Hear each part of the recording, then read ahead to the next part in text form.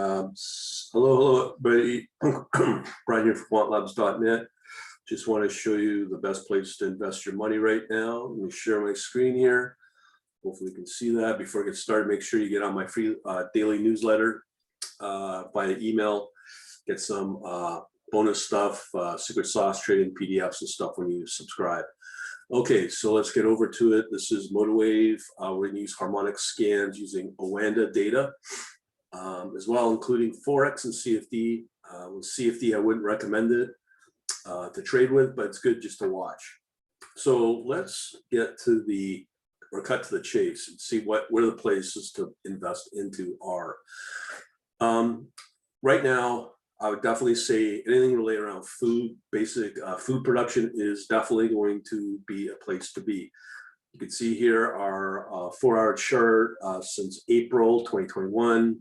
Corn has moved up from 550 to over 740. That's a 50% rise. That's like pretty massive. So that's our daily chart. You can see here it's starting to really accelerate, and since last August, it's really gone pretty crazy. Next one, we can do the same thing with soybean daily chart here. Price at 870 all the way up to 1570. You can see it's accelerated also, almost doubled over the last 8-9 months. Another one to watch for sugar. It has had its pullback and now it's starting to come back again since beginning of April.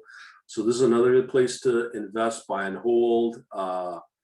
Natural gas is hitting a range bound. It is slightly moving up, but those are probably your best places. Another one to put money into is copper, leading industrial metal right here.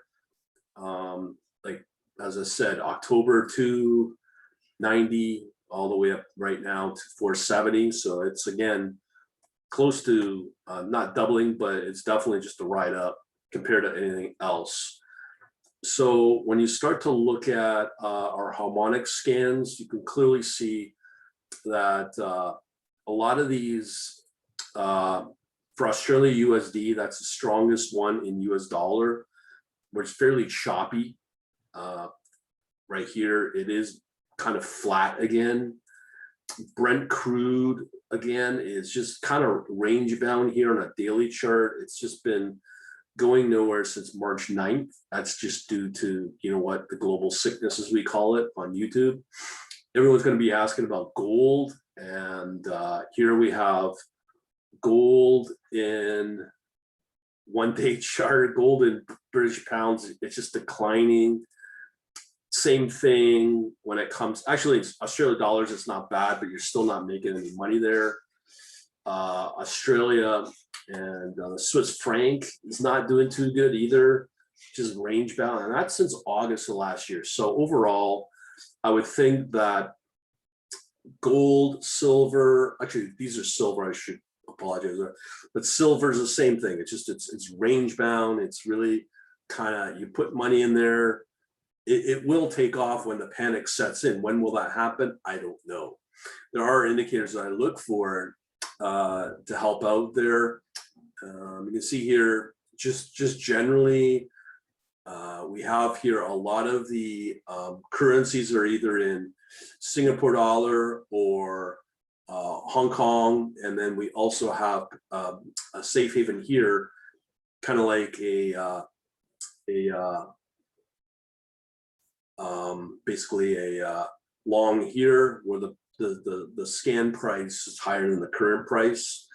So a lot of this, you're not seeing the US markets as a top excellence score either. You have to get a short on the Hong Kong, same with the India as well. It's all choppy. So this is why I'm saying you better off to be in those commodities, as I mentioned earlier, with inflation kicking in. Singapore, it's not declining in Singapore dollars. A lot of these pairs, they're not declining, but they're not going up. So you're just tying up money when you put money in there.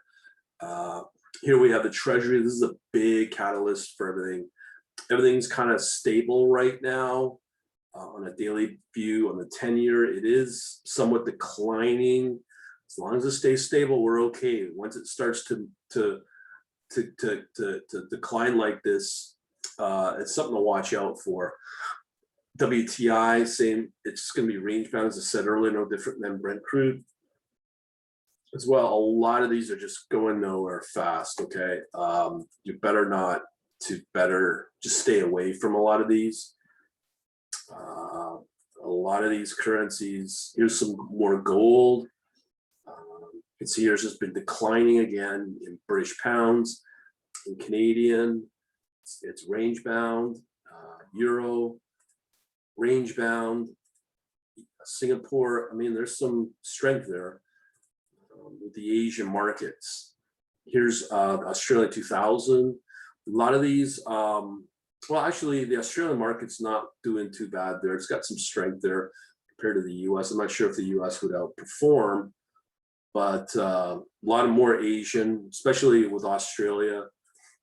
Here's something with China. China's been just not been very strong. Actually, let me go back to that. Here. Where am I going? Oh, here we are, right here.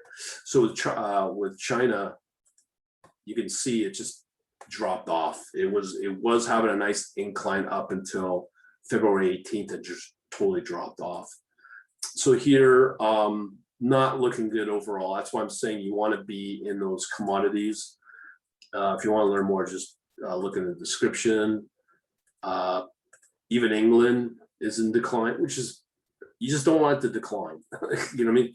This is probably one of the only U.S. indices that's got some strength there is the Russell 2000 on the daily. It's kind of gone, again, range bound there. USD INR declining. We know why, because of the latest news coming out of India. USD and Thai baht. The USD 2-year spiking there, but let's look at the overall. Just been flatlining again, but these are your top picks. So there is an asset class out there that's the better one. But if you want to learn more, just join here at quantlabs.net for the free trading secret sauce stuff. All right, we'll talk to you later. Thanks for watching.